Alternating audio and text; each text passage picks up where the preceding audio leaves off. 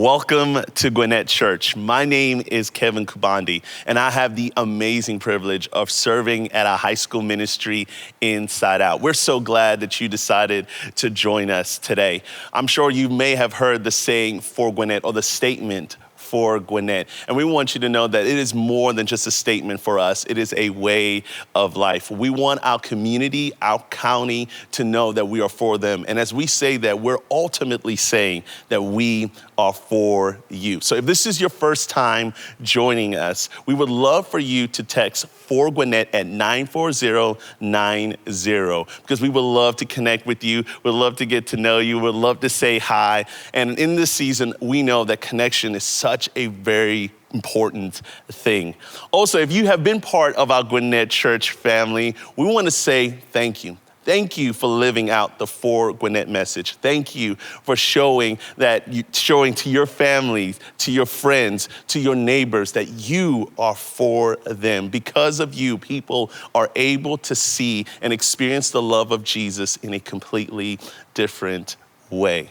Now, today we're going to be starting a new series called Leading Through with our teaching pastor, Andy Stanley. But before we jump into that, we're going to sing a few songs with our good friends, Julius, Heath, and Janie. And I know this may feel a little different right now. I'm sure there are kids running around in your home. You may be on your second cup of coffee. You may be just trying to wake up. But we really want to jump into this moment with you because we truly believe that the songs we sing influence the lives we live. And in a season like this where there's so much going on, we would love for you to jump into this moment where you can pause and focus your heart and your mind on the living God. Thank you for joining us.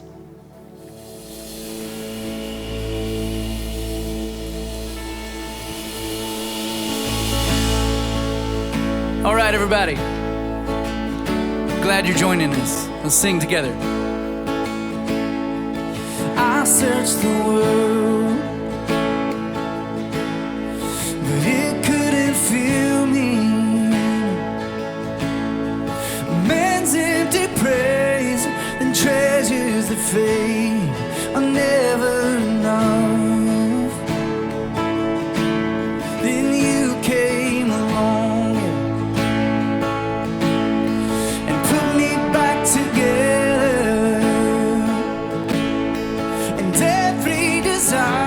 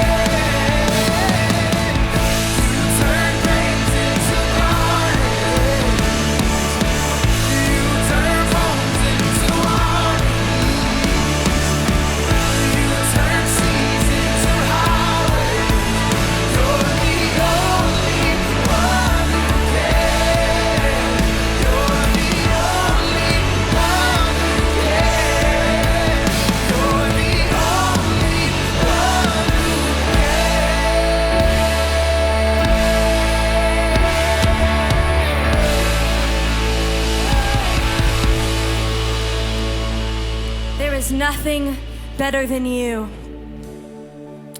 And that's why we give all the glory to him. And we sing, worthy, you are worthy, God. Worthy of everything that we have in us to give to you. Let's sing. Worthy of every song we could ever sing. Worthy of all the praise we could ever bring. You're worthy of every breath we could ever breathe. We live for you, Lord.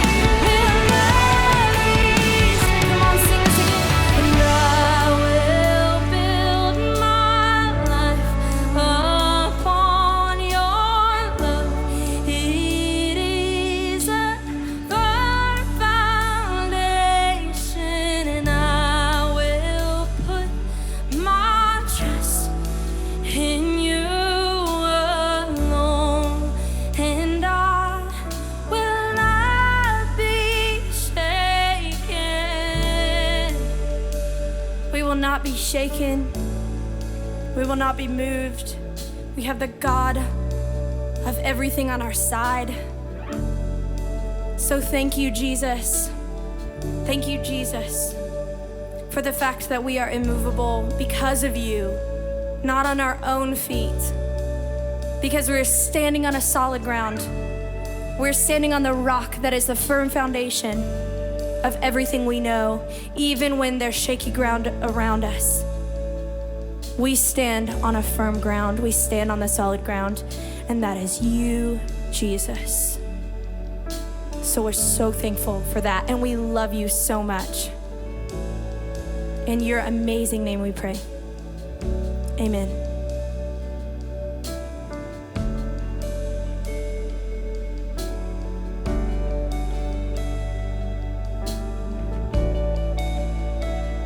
Hi, everybody. Thanks so much for tuning in, and I sure look forward to being together again. Hey, but until then, thanks for joining us from the comfort of wherever you are joining us from. And for those of you who've allowed us to be your church while your local church is gearing up to reopen, we have certainly enjoyed having you, and we will be here as long as you need us. Today, we begin a brand new 4-part series entitled Leading Through, and the subtitle is 3 Essentials for Navigating Uncertainty. 3 Essentials for Navigating Uncertainty. Now, here's the thing. Here's what we all have in common. In light of everything that's happened the past several months, there's a sense in which we are all picking up the pieces, moving forward the best that we can. But many of us, and I bet this includes you, many of us are responsible for helping other people move forward as well. Family members, maybe employees, team members, students, members of the community. So if you're a parent, a manager, a business owner, an executive, a teacher, a coach, a mayor, maybe part of a city council, people are looking to you and they're looking to me for direction. They're looking to us for inspiration, and mainly they're looking to us for hope. And you know this because you're a leader. Leading under normal circumstances and leading in normal conditions is tough enough, right? But leading people through and out of what we've just come through, not for the faint of heart. And I won't tell if you won't, but the people who are looking to us for leadership, they have no idea how unprepared we are and how unprepared we feel, right? Because, come on, we don't have all the answers. We don't have all the answers. We don't always know what to do. And isn't it true? We're just kind of making this up as we go along. At least I know I am. So anyway, having the discipline and I think having the humility to admit that you don't have all the answers, it actually makes you a better parent, a better boss, a better teacher, a better government official, better coach. It makes you a better leader. I mean, come on. There's no point in kidding ourselves. And there's no point in kidding the people who are looking to us for direction. Uncertainty is a permanent part of life, and it's a permanent part of the leadership equation. In fact, uncertainty is why the world needs leaders. It's why your family, your company, it's why your city needs you. So here's what we're going to do. In this series, we're going to discuss 3 essentials for leading through times of disruption and leading through uncertainty. Now, I think these are non-negotiables. I think to some degree, these are irreducible minimums. They're always important, but in times of uncertainty, I think they're more important than ever.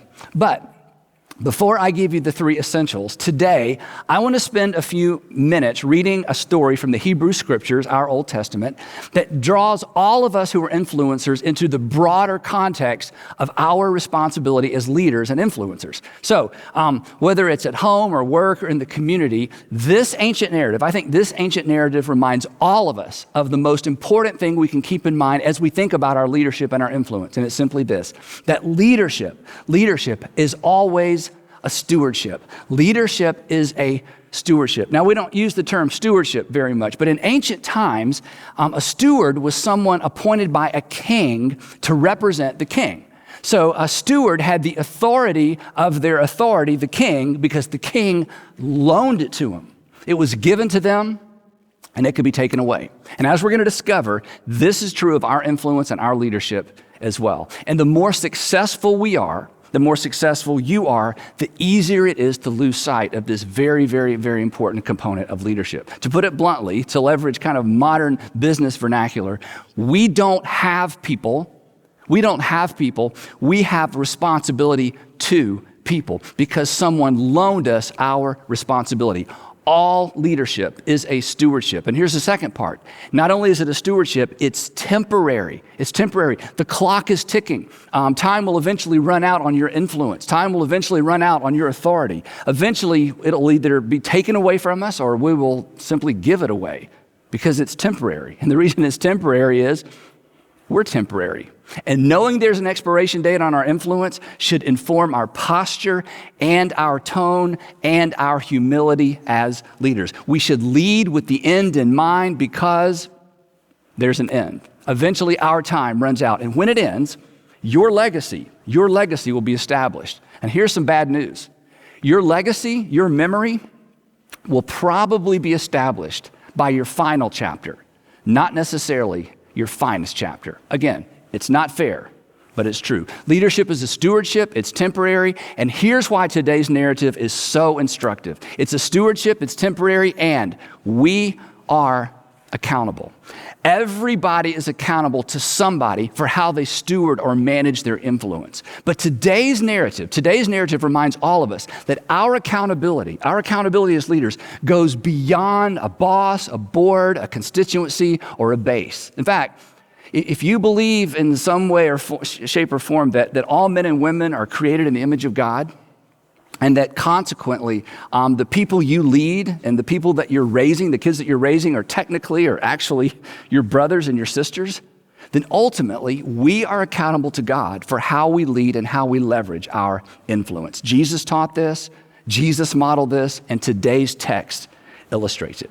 Today's story takes place around 580 BC, and the main character in the story was an extraordinary military and political leader who confused progress with greatness, which is so easy to do, isn't it? And he was ultimately brought to his senses in a very unusual way. His name is Nebuchadnezzar. Nebuchadnezzar was literally the most powerful man in the world in the day in which he lived. He was the king of Babylon. He resided in the city of Babylon, which is located in modern-day Iraq. Now, this is super important. About 20 years before the story we're going to look at today, about 20 years before that, Nebuchadnezzar invaded Judah. The city of Jerusalem was actually spared for the time being. But while he was there, Nebuchadnezzar went in and rounded up members of the nation's elite, their citizens, their best and their brightest people, and brought them back to Babylon as hostages. And included in this number of folks were Shadrach, Meshach, Abednego, and Daniel. Then, a few years later, Nebuchadnezzar returns to Jerusalem. He sacks the city. He destroys the temple, but before he destroyed it, he looted it. And then he takes all the contents of the Jewish temple to Babylon, and he places them in the palace vault. Now, I need you to log all of that away because those details become very important toward the end of today's story. Now, Daniel and the Judeans exiled in Babylon, for them, the moral of this story was simple, that God was judging the nation of Israel for its disobedience, and that basically God was putting the nation in timeout until they got their act together, until they decided to become faithful to the covenant. So for them, that's how they understood these events. But King Nebuchadnezzar didn't see it that way. The way he saw it, it was very simple. His God, Marduk, was clearly more powerful than the Jewish God, Yahweh. And Israel's God had lost. So consequently, that's just the end of the story, right? But as it turns out, that was not the end of the story. In fact, it's actually why we know this story. Daniel documents these unusual events in the Old Testament book of Daniel. He'd been in Babylon for about 20 years by this time. He'd become a trusted advisor to King Nebuchadnezzar. And according to Daniel, Nebuchadnezzar had a disturbing, terrifying dream that he was absolutely sure had some kind of significance for him and possibly for Babylon. And so Daniel documents what Nebuchadnezzar describes as this horrible dream. Here's what he writes. He said, I, Nebuchadnezzar, was at home in my palace, contented and prosperous, and I had a dream that made me afraid. And here's what he dreamed. He dreamed that there was this enormous, beautiful tree that was visible to all the earth, and all the animals of the earth rested under the canopy of this enormous tree, and it provided food for all the earth's creatures. Then, in the dream, he hears this loud voice from heaven that says, cut it down. And in his dream, suddenly, this enormous tree is cut down to a stump. And then in the dream, the voice says this. It says, let him be drenched with the dew of heaven, and let him live with the animals among the plants of the earth. And let his mind be changed from that of a man, and let him be given the mind of an animal till 7 times pass by for him. And then the voice announces this. The decision is announced by messengers. The holy ones declare the verdict so that the living may know that, and here's the bottom line for Nebuchadnezzar, and here's the bottom line for us, that all the world would know that the Most High is sovereign over all kingdoms on earth and gives them to anyone he wishes and sets over them the lowliest of people. So when Nebuchadnezzar wakes up from this dream, he is terrified and he knows it has something to do with him. So he calls in all the usual suspects to help him interpret this dream, and they either can't or perhaps they won't. And eventually he brings in Daniel. And when Daniel hears Nebuchadnezzar's dream, he also is terrified. In fact, Daniel is so terrified when he hears Nebuchadnezzar's dream that Nebuchadnezzar actually has to comfort Daniel. And here's what Daniel says. He says, "My Lord, if only the dream applied to your enemies and its meaning to your adversaries, but it doesn't. It's all about you." And then I think perhaps because of what he was about to say, Daniel takes a step back and he says, "King Nebuchadnezzar, here's what the dream means. The Most High God has decreed that you will be driven away from humanity, that you're about to become like a wild animal, that you're going to humiliate yourself publicly, and that this will go on until you finally acknowledge," and then maybe he takes another step back, "until you finally acknowledge that the Most High God, not you and not Marduk, is sovereign over the kingdoms of men."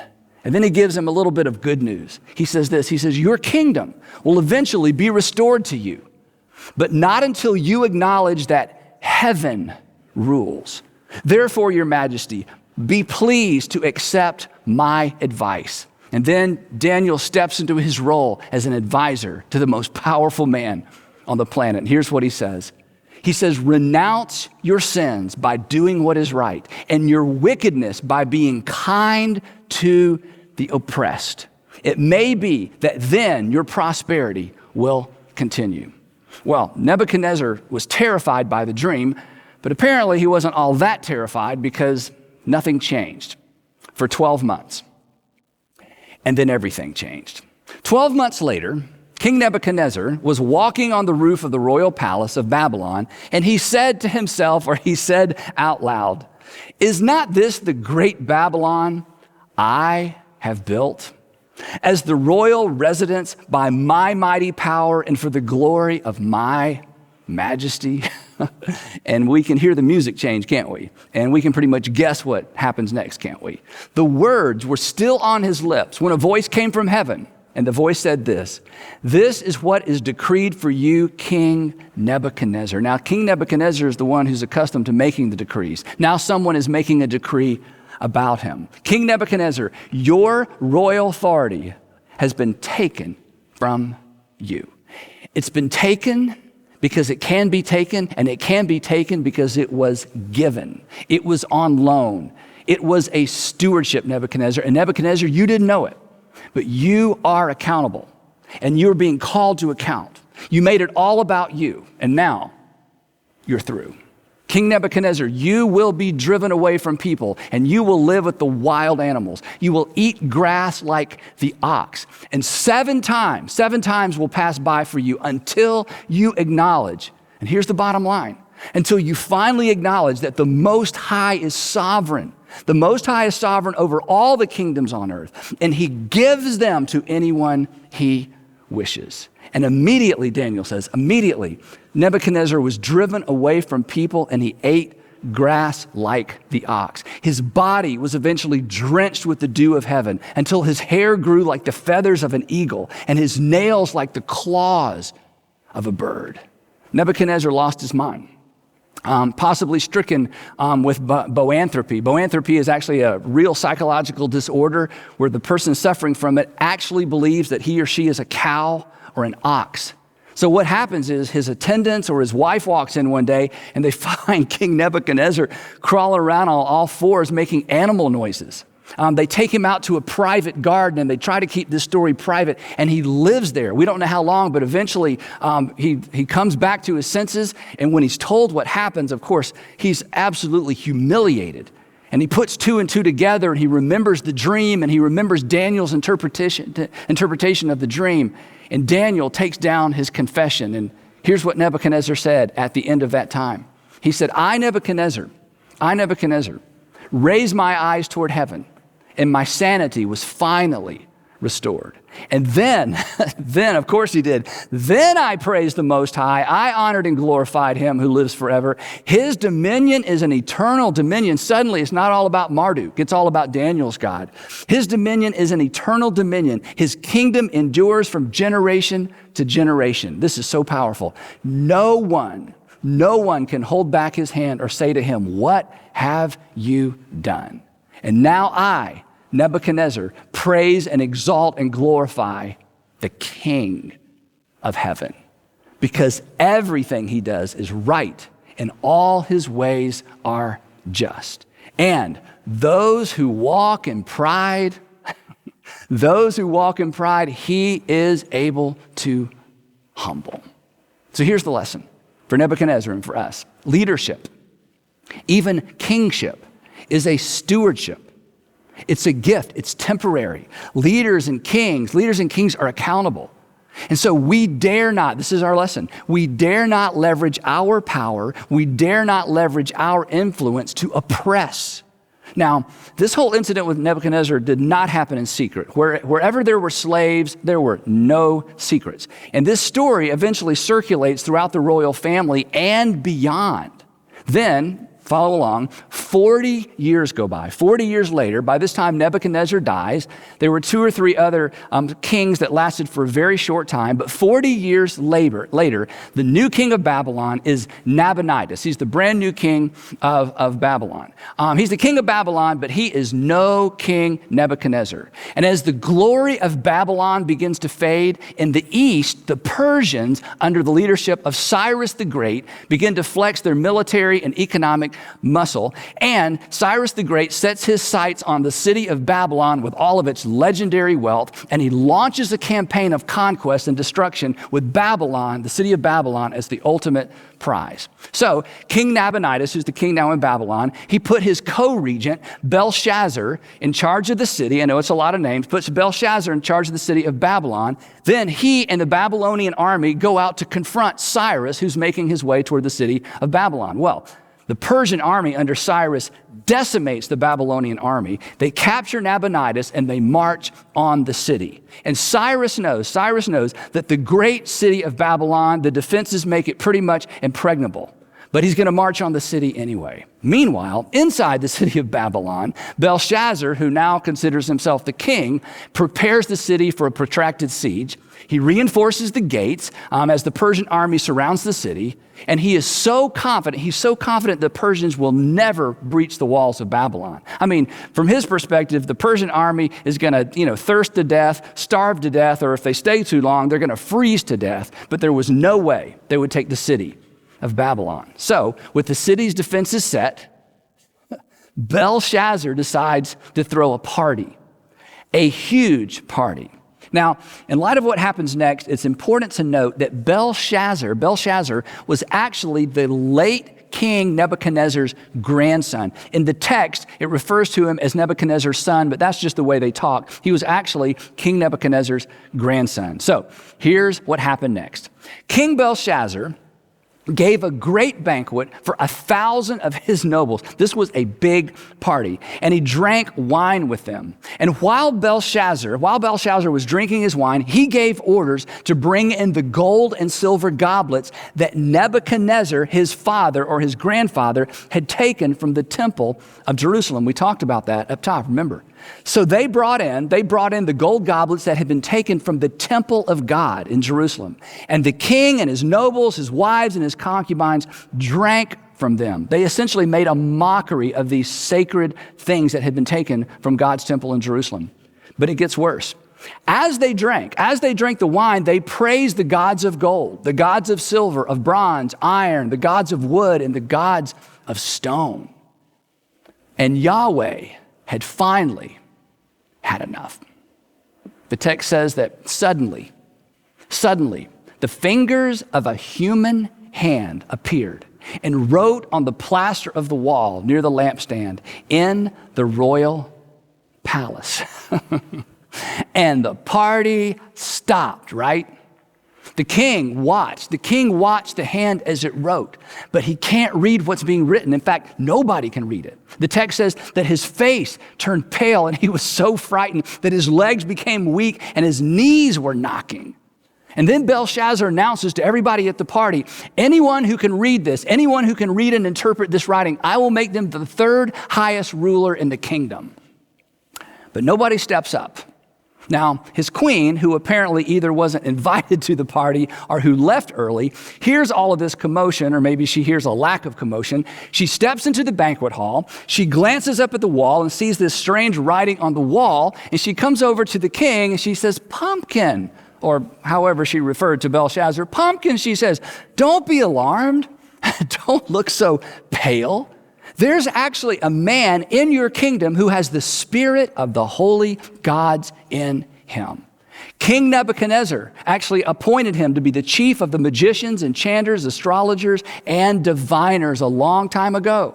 And this man has in him the ability to interpret dreams, explain riddles, and to solve difficult problems. Call for Daniel, and he will tell you what the writing means. Now, Daniel must have been in his 70s by this time. Apparently, he'd been forgotten by everybody except perhaps the queen. So they find Daniel, they usher him in. Belshazzar repeats his promises of wealth and glory and power. Daniel shakes his head. He glances up at the strange script that's, written on the plaster, and he says, you may keep your gifts. You may keep your gifts for yourself, Belshazzar, and give your rewards to someone else. Nevertheless, I will read the writing for the king, and I will tell him what it means.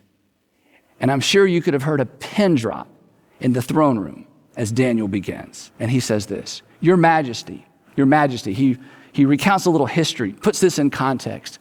Your Majesty, the Most High God, and here's our word, gave your father or your grandfather Nebuchadnezzar sovereignty and greatness and glory and splendor. It was a gift.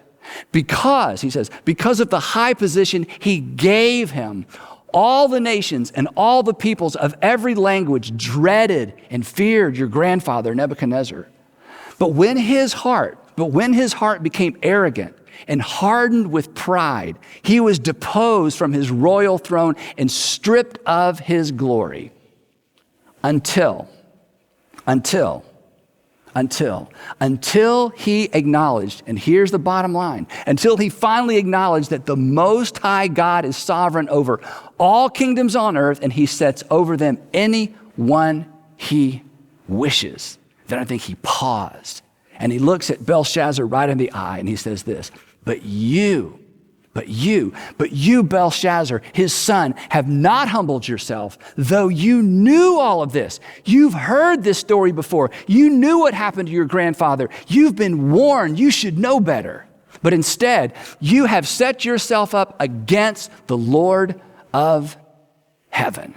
And then I think Daniel got a little bit angry because as he looked around the throne room and he saw these precious articles that had been stolen from the Jewish temple being used the way they were, and he shakes his finger in the face of the king and he said, you had the goblets from his temple brought to you, and you and your nobles and your wives and your concubines drank wine from them. You have made a mockery of Yahweh. And then, to make it worse, you praise the gods of silver and gold, of bronze, iron, wood, and stone, which cannot see or hear or understand. He just offends their entire pantheon of gods.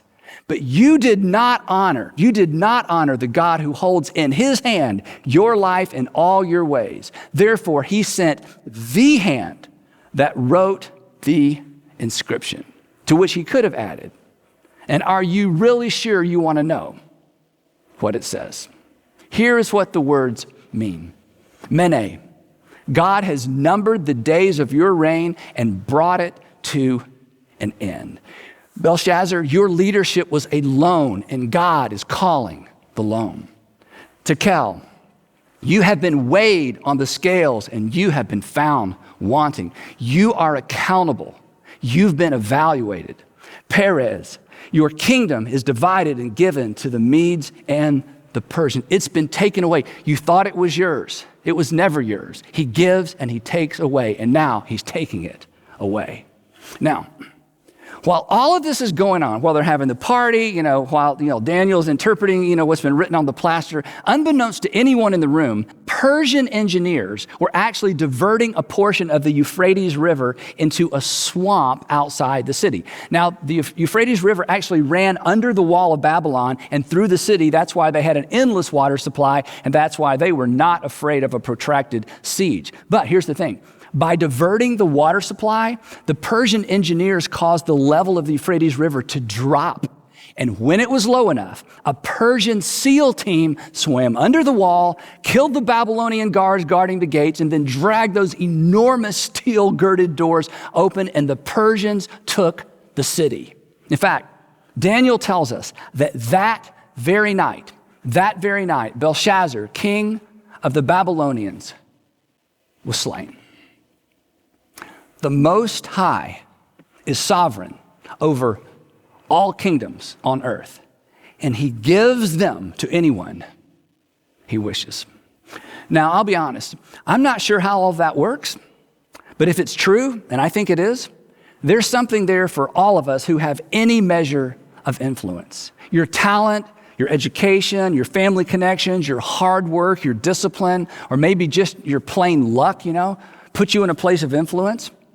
But what you do with that influence determines whether or not you are a leader worth following, a leader worth emulating. And this is what's so catalytic about this idea. Unlike Nebuchadnezzar in his early years, and unlike Belshazzar, when we view our influence, however great or small, when we view it as a temporary stewardship for which we are accountable, we will be far less likely to spend it all, focus it all, or leverage it all on ourselves. And we will be far more inclined to leverage our leadership and our influence for the sake of those we have the privilege to lead. We won't need to be reminded that greatness is more than progress. When we embrace this definition of leadership that incorporates the idea that it's a stewardship, that it's temporary, and that we're accountable, we won't have to be reminded that people matter most, that what's best for people is always what's best. We won't need to be reminded that people matter to God because we will live with the understanding that it's God who loaned us our temporary opportunity to begin with. So, whether you're leading a family, a business, a nonprofit, a division, a department, a team, a city, a state, or a nation, remember this. Leadership at every level, leadership is always a stewardship. It is always temporary. And you are accountable. And here's why. Because the Most High is sovereign over the kingdoms of men, and he gives them temporarily to anyone he wishes. Now, all of that is simply the setup or the context for where we're going over the next 3 weeks. And next time, we're going to tackle the first of these 3 essentials for leading through times of disruption and uncertainty. So please, please, please don't miss part 2 of leading through. Before you go, however, I do have 3 questions I would love for you to think about or ideally talk about with your small group or maybe with your family. And here's the first question. When it comes to leveraging influence and authority, think about this one. When it comes to leveraging influence and authority within the context of your personal experience, in terms of what you've experienced, where have you seen or who have you seen get this right? Who have you seen get it wrong? And then talk a little bit about that. Number 2, as you consider your personal sphere of influence, and many of us think we don't have much influence, but everybody has some sphere of influence. As you consider your personal sphere of influence, which of these 3 descriptors do you find to be most challenging and why? The fact that leadership is a stewardship, the fact that it's temporary, or the fact that you're accountable? And then I would love for you to do just a little Bible study. I'd love for you to find a Bible and look up Mark chapter 10, read verses 42 through 45, and then answer this simple question, and this is something we've talked about before. What are the qualifications for anyone, in Jesus' words, what are the qualifications for anyone who wants to become great? Now, as I said up top, this has been an unusual season for all of us. But unusual times mean unusual opportunities. So this week, I want you to look for an opportunity to leverage your influence, your temporary stewardship of influence, for the benefit of someone who could benefit from it. Because, after all, that's why God gave it to you to begin with.